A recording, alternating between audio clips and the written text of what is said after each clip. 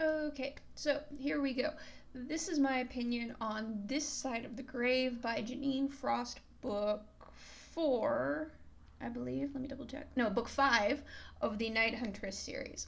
So, this one kicks up pretty quick after the last one.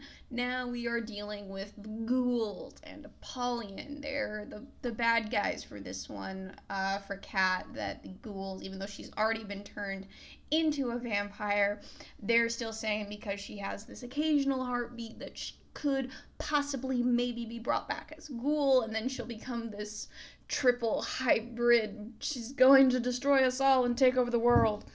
So yeah, especially because of all the power she's manifested, which yeah, she's a leech. Let's just admit this here. She just steals the powers from other people.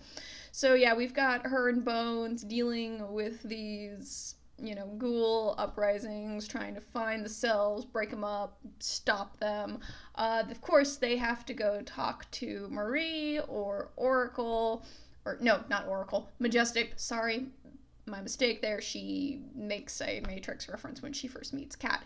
Anyway, they go and talk to her, and Marie's like, "Oh, show me any of your powers," and Kat's like, "I can't," and Marie ends up forcing Kat to drink her blood, and of course that means that Kat now has Marie's power over the dead and all of her voodoo hoodoo. Yes, you remind me of the babe. So Kat has all of these supernatural powers over the dead, which kind of is a pain in the ass because she keeps drawing ghosts to her. There's a really great scene in this where Vlad takes her on a little training exercise, which is very enjoyable because it's Vlad, and he basically goes, "Nope, you're going to figure out how to use these powers because there is no way we're going into a fight without you understanding how to use your powers." But she's all nervous about it because she can summon these, I think they're called remnants, which are like these psycho wraith things that just absolutely destroy people. She ends up figuring out how to control her powers. They go after Apollyon and the ghouls. They end up killing Apollyon. Veritas pops up back in this one. You find out also about the only other known half-breed vampire, which was, oh, guess what? Joan of Arc. I don't know why she picked Joan of Arc.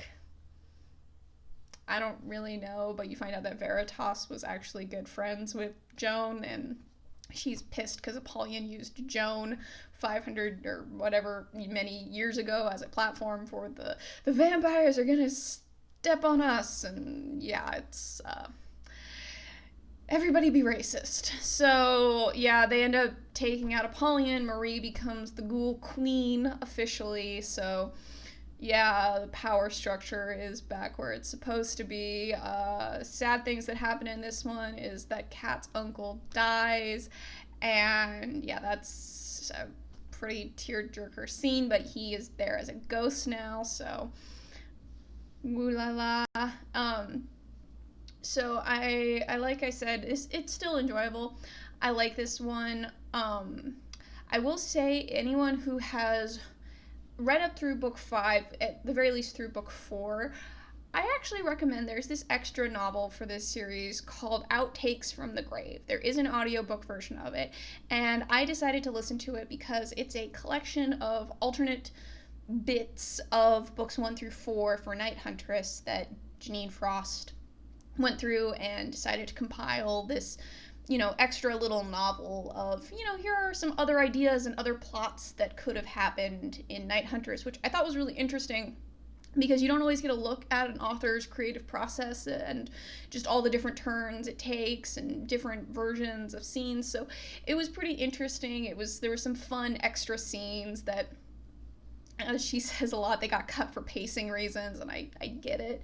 They were funny scenes, but it was, they didn't really add anything to the story. The one difference is the last 3 hours of the audiobook are actually a completely different middle section to book 4, where Bones cheats on Kat, where instead of him going off and doing his own daring plan, Gregor pulls some magical shenaniganery and makes Bones forget about Kat, so he has a mind loss. And it was really funny listening to it because she said she ended up not liking it as much as what she wrote. She thought it added too much drama to their relationship, but I think it actually explored a really fun part of their relationship where they kind of just date a little bit. It's kind of fun to see them actually building a romance and a relationship where they're not actively hating each other. Well, Cat's not actively hating Bones. So it was really, really interesting to listen to. I actually recommend that if you like this series, go take a listen to it. It's very enjoyable. I enjoyed it a great deal. So, yeah, I definitely recommend that. So, the next book up in Night Huntress is going to be One Grave at a Time. This one is honestly out of this series because I have listened to the series before. The one I like the least. It honestly feels like a side plot. If you're an anime fan, it feels like they caught up with the manga. So okay, we gotta throw in a filler arc here, folks. That's honestly what book 6 feels like to me. But I need to double check. Hold on, let me double check my reading list really quick because I can't remember if it's after book 6 or book 5. I'm looking at this really quick.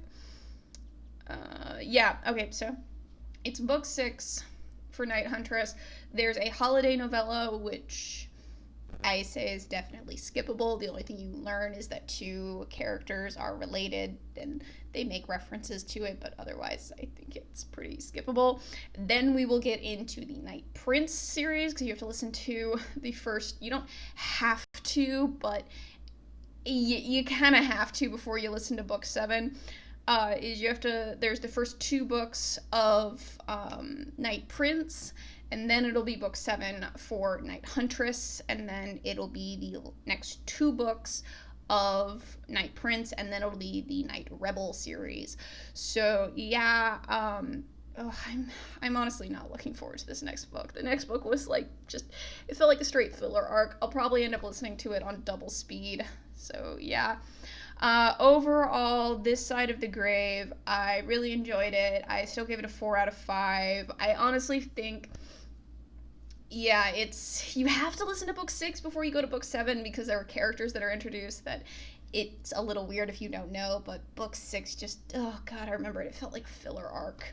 So, anyway, that's just my opinion. If you disagree with me, that's totally cool. If there's something you'd like to see me take a crack at in the future, leave your comments down below, and I will talk to you guys in a little while.